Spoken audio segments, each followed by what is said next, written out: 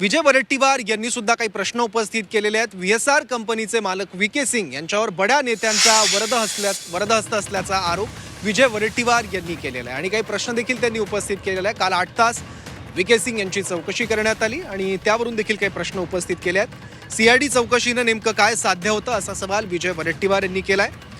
तसंच व्हीएसआर कंपनीचे मालक व्हीके सिंग यांच्यावर बड्या लोकांचा वरदहस्त असल्याचं देखील विजय वडेट्टीवार यांनी म्हटलंय। त्याचबरोबर केंद्रीय मंत्री मुरलीधर मोहोळ यांनी सुद्धा या सगळ्या प्रकरणावर भाष्य केलंय।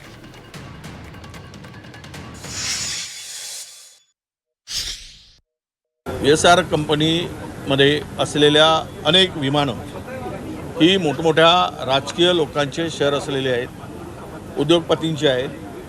त्याच्याकडे भारतात 2-4 विमानं असतील स्वतःच्या मालकीचे, इतरांचे विमानं तो चालवतो आहे। त्यामुळे त्याच्यावर प्रचंड मोठा वरदहस्त आहे।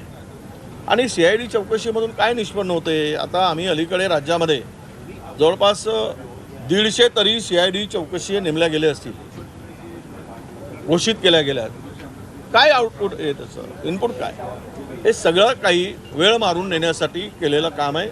आणि त्याला जर VIP ट्रीटमेंट मिळत असेल, सरकारी गाडीतून नेत असतील त्याच्या मालकाला, तर मला वाटतं या सगळ्या चौकशीचा केवळ फारसच आहे, तो दिखावा आहे।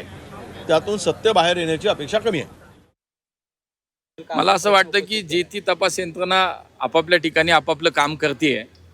आता कोणाचं काय मत आहे, त्यांचं ते मत आहे, त्यांनी मांडलं, मी त्याच्यावर काहीच बोलू शकणार नाही। पण मला असं वाटतं की अगदी राज्य सरकार म्हणून सुद्धा CID असेल, केंद्र सरकार म्हणून सुद्धा आमची AIB, DGCA सगळ्या यंत्रणा आपापल्या पद्धतीनं मला असं वाटतं काम करतायत।